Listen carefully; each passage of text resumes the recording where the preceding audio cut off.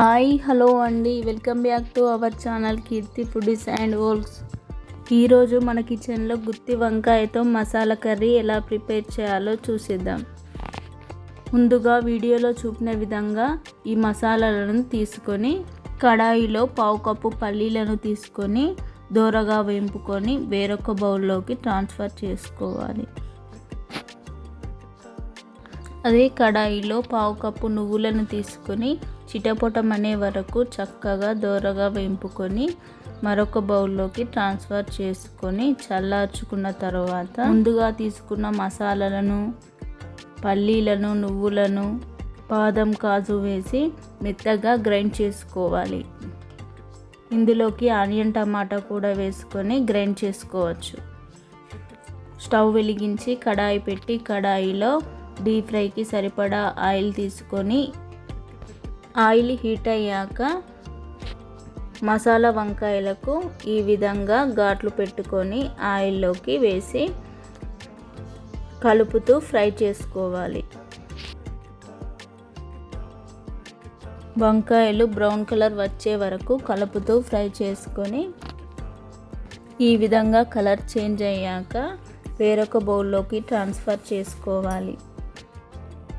అదే కడాయిలో 3 table spoon oil తీసుకొని ఆయిల్ హీట్ అయ్యాక ఈ ఆయిల్లో మనం ముందుగా ప్రిపేర్ చేసి పెట్టుకున్న ఈ మసాలా పేస్టుని వేసుకొని చక్కగా కలుపుతూ ఫ్రై చేసుకోవాలి. 1 నిమిషం పాటు ఈ విధంగా ఫ్రై చేసుకున్న తర్వాత ఇందులోకి చిటికెడు పసుపు, రుచికి సరిపడా కారం, రుచికి సరిపడా సాల్ట్ వేసుకొని మొత్తం కలిసే విధంగా ఒకసారి కలుపుకోవాలి. ఇందులోకి 2 బగారా ఆకులను వేసుకొని మరొకసారి కలుపుకోవాలి.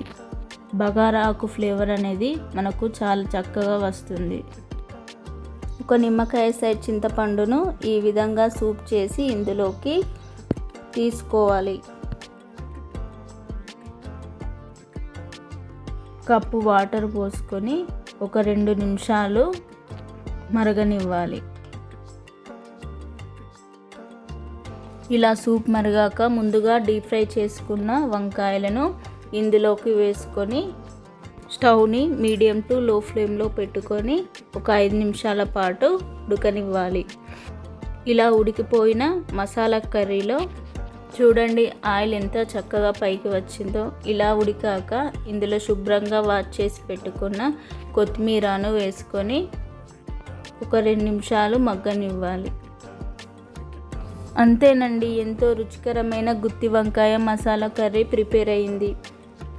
అన్నంలోకి, చపాతీలోకి, బిర్యానీ రైస్లోకి ఎందులోకైనా చాలా చక్కగా రుచిగా ఉంటుంది. ఒక్కసారి మీరు ట్రై చేసి ఎలా వచ్చిందో కామెంట్ చేయండి.